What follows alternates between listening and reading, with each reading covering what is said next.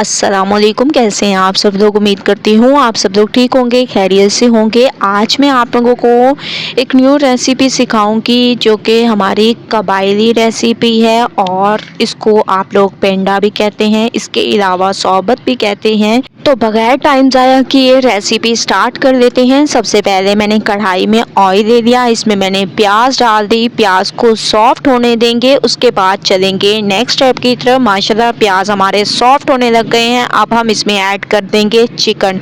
ठीक है, इसमें आप लोगों को बोनलेस चिकन नहीं चाहिए, बस आप लोगों ने तमाम चिकन ऐसे ही यूज़ करनी है जैसे कि मैं यूज़ कर रही हूँ। तो आप लोगों को बोनलेस चिकन इसमें ऐड करने की ज़रूरत नहीं है, क्योंकि असल टेस्ट जो आएगा ना वो आप लोगों को बोन से आएगा। तो आप लोगों ने ये बोनलेस चिकन यूज़ नहीं करनी। ठीक है, इसके बाद इसमें आप लोगों ने डाल देना है अदरक लहसुन का पेस्ट।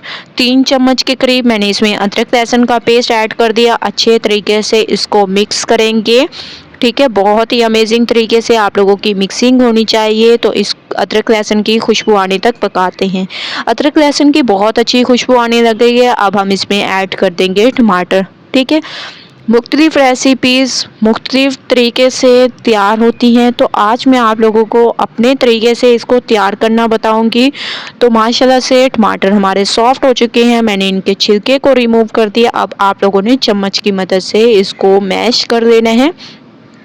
ठीक है, ऐसे आप लोगों ने चम्मच की मदद से इसको मैश कर देना है। बहुत ही अमेजिंग रेसिपी है। कुछ पाउडर मसाले डालेंगे, लाल मिर्च का पाउडर, हल्दी पाउडर, धनिया पाउडर, पेपरिका पाउडर, ज़ीरा पाउडर, हस्बे ज़ायका नमक। ठीक है, अगर आप लोगों के पास ज़ीरा पाउडर मौजूद ना हो तो आप लोग साबुत ज़ीरा भी ऐड कर सकते हैं भुना हुआ।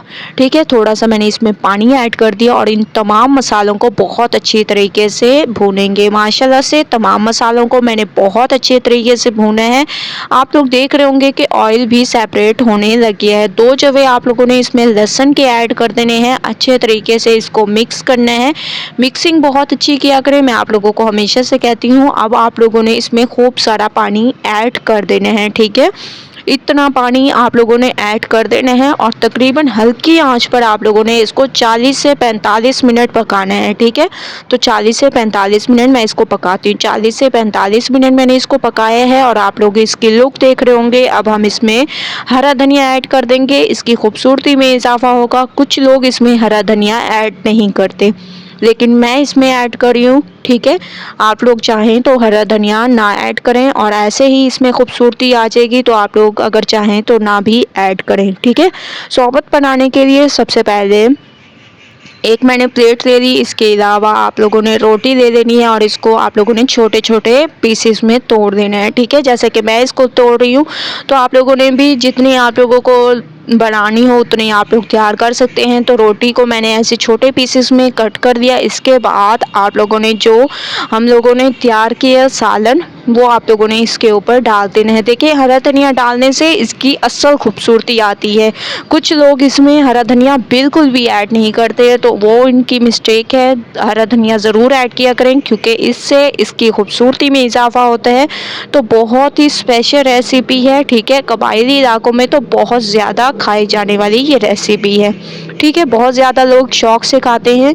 आज वही रेसिपी मैं आप लोगों के साथ शेयर कर रही हूँ, तो आप लोगों ने स्टेप बाय स्टेप इसको देखते जाना है। ठीक है, तो इसको बहुत अच्छे तरीके से आप लोगों ने चम्मच की मदद से मिक्स करना है। तो माशाल्लाह से आप लोग देख रहे होंगे मैंने इसकी मिक्सिंग कर दी और इसके बाद थोड़े से आप लोगों ने इसकी खूबसूरती में इजाफे के लिए और टेस्ट में इजाफे के लिए आप लोगों ने इसमें प्याज डाल देने हैं। ठीक है, प्याज जो है ज़्यादातर यूज़ किए जाते हैं, कच्चे प्याज यूज़ किए जाते हैं, ये हमारा खून बनाते हैं। इसके अलावा खीरा जो है पानी की कमी को दूर करता है और गाजर में विटामिन ए है जो कि बहुत ही फ़ायदेमंद है। तो ये तमाम चीज़ें आप लोग यूज़ करें, ये आप लोगों की सेहत के लिए बहुत ज़्यादा ज़बरदस्त हैं। तो माशाल्लाह से आप लोग देख रहे होंगे हमारी रेसिपी बिल्कुल तैयार हो चुकी है एक अमेजिंग तरीके से आप लोगों के सामने। ठीक है, ये देखिए माशाल्लाह कितनी खूबसूरती आ रही है। तो एक बार आप लोग रेसिपी ज़रूर ट्राई करें। ये देखिए माशाल्लाह से जब आप लोग एक बार इसको ट्राई करेंगे तो इंशाल्लाह आप लोगों को मज़ा आ जाएगा। रेसिपी ज़रूर ट्राई करें, मुझे अपना फीडबैक ज़रूर दें। अगर रेसिपी पसंद आए लाइक करें, ज़्यादा से ज़्यादा शेयर करें। इंशाल्लाह कल न्यू रेसिपी के साथ हाजिर होंगी, तब तक के लिए अल्लाह हाफिज़।